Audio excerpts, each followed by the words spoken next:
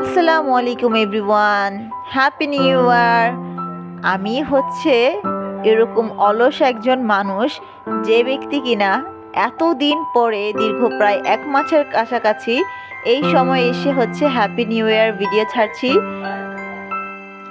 নতুন বছরে নতুন নতুন মানুষের সঙ্গে পরিচিত হয়ে নতুন নতুন অধ্যায় জীবনের শুরু করতে পেরে আমি খুবই আনন্দিত। মূলত 2024 সালের শেষের দিক থেকে এই জানুয়ারি পুরো মাসটাই হচ্ছে আমি খুবই পরিমাণ ব্যস্ততার মাঝে কাটিয়েছি। অনেক মানুষ মূলত যারা হচ্ছে আমাকে সামনাসামনি দেখেন এবং চিনেন, তারা সবাই হচ্ছে অলরেডি জেনে গিয়েছেন আমি আমার জীবনের নতুন একটি অধ্যায়ে পা রাখার কারণে খুবই ব্যস্ততার মাঝে এই কিছুদিন কাটিয়েছি। তো সেদিন হচ্ছে 31st নাইট, নিজের জীবন সঙ্গীকে সবার আগে 31st নাইটের উইশ করে তারপরেই হচ্ছে আমি আমার 31st নাইট উদযাপন করার জন্য ঢাকার ইরাকি মাঠে অবস্থান করি। সেখানে হচ্ছে আমার খুবই ক্লোজ কিছু মানুষদের সঙ্গে আমি হচ্ছে এই 31st নাইট উদযাপন করি। দিনটি আমার জন্য খুবই ভালো ছিল। আপুরা হচ্ছে আমাদের জন্য 31st নাইটে ছোটোখাটো একটি আয়োজন করা হয়েছে। ছোটোখাটো বলতে ভুল হবে, অনেক বড় ঘটা করেই হচ্ছে আমাদের দিনটা উদযাপন করেছে। আমাদের খাবারে ছিল অনেক রকমের আইটেম। আমরা অনেক খাওয়া দাওয়া শেষ করে ভোর রাত্রে 4টার দিকে, ধরতে গেলে জানুয়ারি মাসের 1 তারিখে, যেহেতু আমরা 12টার পরে বের হয়েছি সেহেতু থেকে জানুয়ারির 1 তারিখই বলা যায়। ভোর রাত্রে হচ্ছে আমরা শরীয়তপুরের উদ্দেশ্যে রওনা দিয়ে দেই। কারণ হচ্ছে আমরা যাব সবাই খাঁটি রস খাওয়ার জন্য, খেজুরের রস। আমরা অনেকেই হচ্ছে খেজুরের রস আমরা কিভাবে পারে, কিভাবে কি করে না করে, সেগুলো অনেকেই আমাকেই বাস্তবেই কখনো দেখার সৌভাগ্য হয় না। যারা হচ্ছে আমরা গ্রাম সাইডে থাকি তারা হচ্ছে খুবই ভালোভাবে এগুলো উপলব্ধি করতে পারে, কিন্তু আমরা যারা শহর সাইডে থাকি আমাদের ধারণাও নাই যে কিভাবে হচ্ছে এগুলো সংরক্ষণ করা হয়। তো এগুলো দেখার জন্য এবং একেবারে গাছের পিওর যে হচ্ছে খেজুরের রসটা, সেটা খাওয়ার জন্যই হচ্ছে আমরা ঢাকা আজিমপুর থেকে শরীয়তপুরের উদ্দেশ্যে রওনা দেই।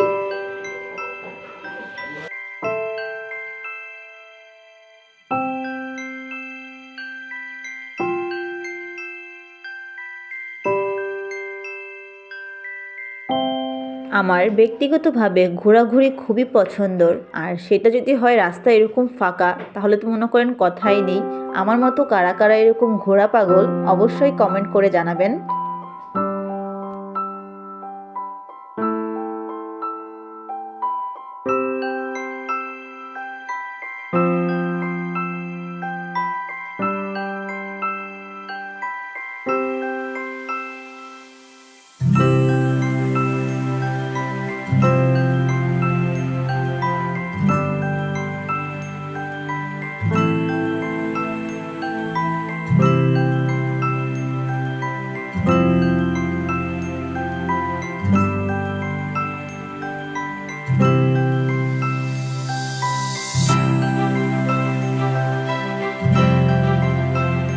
এই তো এখন হচ্ছে আমি পদ্মা ব্রিজের সামনেই চলে এসেছি।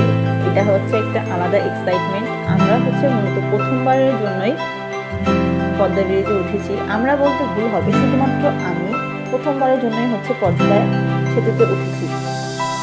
এই তো পদ্মা ব্রিজের খুবই কাছাকাছি।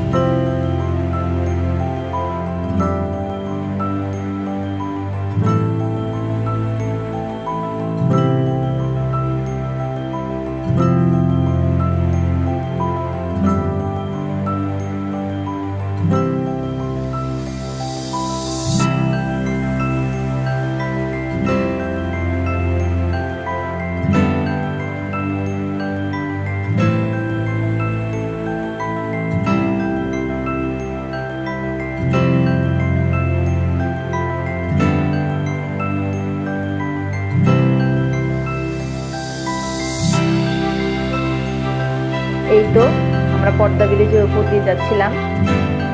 যেহেতু রাত ছিল সেহেতু আশেপাশের ভিউগুলি দেখা যায়নি। পদ্মা ব্রিজ পার করার পরে আমরা আমাদের কাঙ্ক্ষিত স্থানে চলে আসি। এই লোকটার সঙ্গে আমাদের হঠাৎ রাস্তার মধ্যে দেখা। আমরা জিজ্ঞাসা করছিলাম কোথায় আমরা খেজুরের রস পাবো, তো উনি বলছে যে আমি এখন পাড়তে যাচ্ছি। তখন আমরা সবাই গাড়ি থেকে নেমে ওনার সঙ্গে সঙ্গে যাই। তারপরে উনি পারে, তারপরে আমরা সেগুলো একদম পিওর যেটাকে বলে সেটা আমরা খাই। তখনও পুরোপুরি ভোরের আলো ফুটেনি, যার কারণে অনেকগুলো ভিডিও ভালোভাবে দেখা যাচ্ছিল না। এই তো প্রথম হাঁড়ি ছিল এটা। আমরা প্রথম হাঁড়ি পাওয়ার সঙ্গে সঙ্গে আমরা অনেকেই এখান থেকে নিয়ে সঙ্গে সঙ্গে খাওয়া শুরু করে দিই।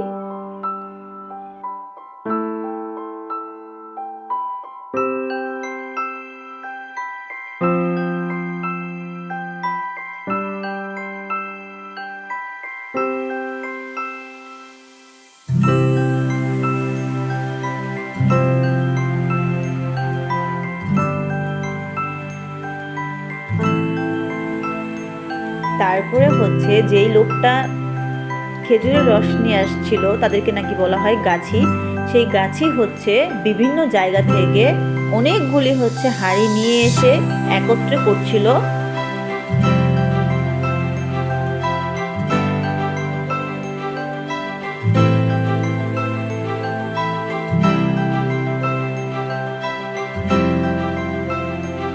এই যে আমি মাটির হাঁড়ি থেকে গ্লাসে করে ঢেলে ঢেলে খাচ্ছিলাম।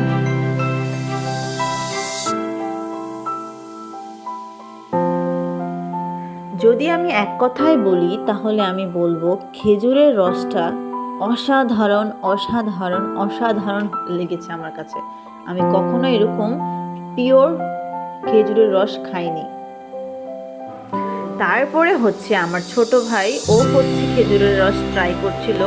ও প্রথমে আমাকে টেস্ট করতে বলেছে, তারপরে বলে যে তুমি আগে টেস্ট করে দেখো কেমন লাগে। আমি বলেছি হ্যাঁ ভালো লাগে। তারপর ও হাফ গ্লাস খেয়ে প্রথমে টেস্ট করে, তারপরে ও আবার এক গ্লাস খায়। আমরা অগণিত গ্লাস খেয়েছি।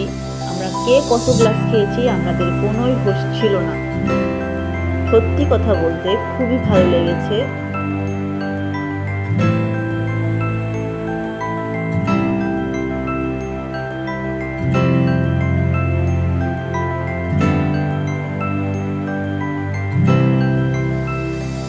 ওনাদের গাছগুলো এক সাইডে ছিল, অনেকটা দূরে দূরে ছিল। ওনাদের নিতে কষ্ট হচ্ছিল। একটা সময় আমরাও অনেকগুলো হাঁড়ি নিয়ে এগিয়ে এগিয়ে দিই এবং সবগুলো হাঁড়ি থেকে জমিয়ে অনেকগুলো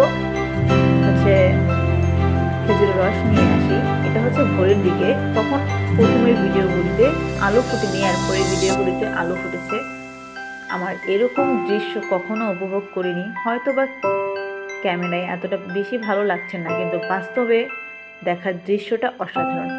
আমি বলবো যাদের কাছে সুযোগ আছে গ্রামের বাড়িতে গিয়ে ঘুরে আসার, তাদেরকে এই শীতে অবশ্যই ওইখানে যাওয়া উচিত এবং এই সমস্ত জিনিসগুলি উপভোগ করা উচিত। সব সময় সব কিছু হয়ে ওঠে না সময়ের অভাবে, কিন্তু সময় করে একটু হলেও গ্রাম সাইডে গিয়ে উপভোগ করা উচিত গ্রামের অপরূপ দৃশ্য। এই তো এই বাড়িতে আমরা অনেকক্ষণ থাকি, ফ্রেশ হই, তারপর চলে আসি। আমরা যেহেতু অনেক ভোর রাতে রওনা দিয়ে দিয়েছিলাম, আমাদের একটু ফ্রেশ হওয়া প্রয়োজন ছিল।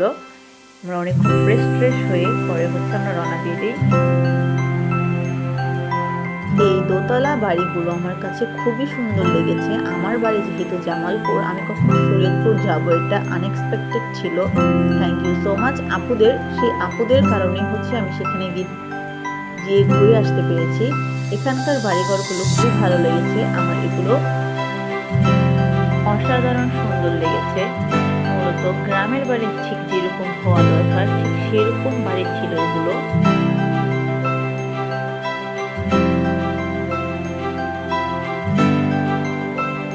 ভোরের দিকে যাওয়ার কারণে পাখিদের কিচিরমিচির সাউন্ড এবং এত সুন্দর কুয়াশাতে আমাদের খুবই ভালো লেগেছে। এক কথায় সেই সময়ের পরিবেশটা অসাধারণ ছিল।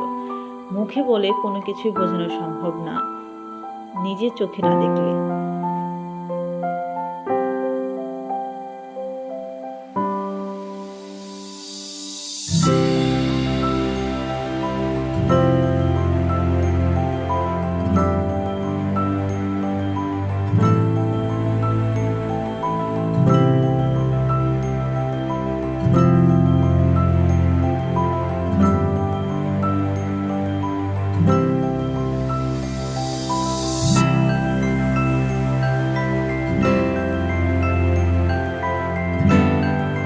খেজুরের রস খাওয়া শেষ, কিনে নেওয়া বাড়িতে নেওয়া শেষ। তারপরে হচ্ছে আমরা ঢাকার উদ্দেশ্যে 8টা নাগাদ রওনা দিয়ে দিই।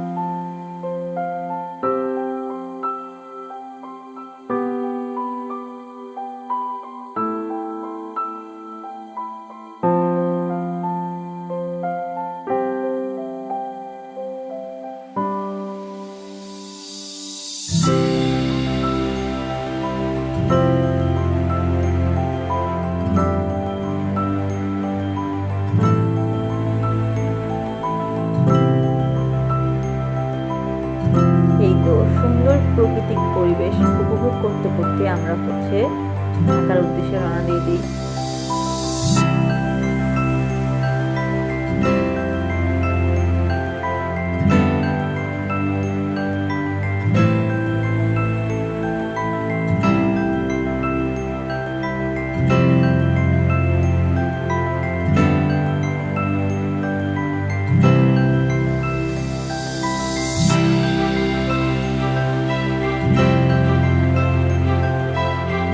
আসার সময় হচ্ছে আমি ঘুমিয়ে গিয়েছিলাম। এই তো আমার আমার ছোট ভাই হচ্ছে এই পদ্মা সেতুর টোলসগুলো আবার বুঝে নেয়। দিনের বেলা হচ্ছে অন্যরকম লাগছিল আর রাত্রিবেলা হচ্ছে আরেক রকম লাগছিল।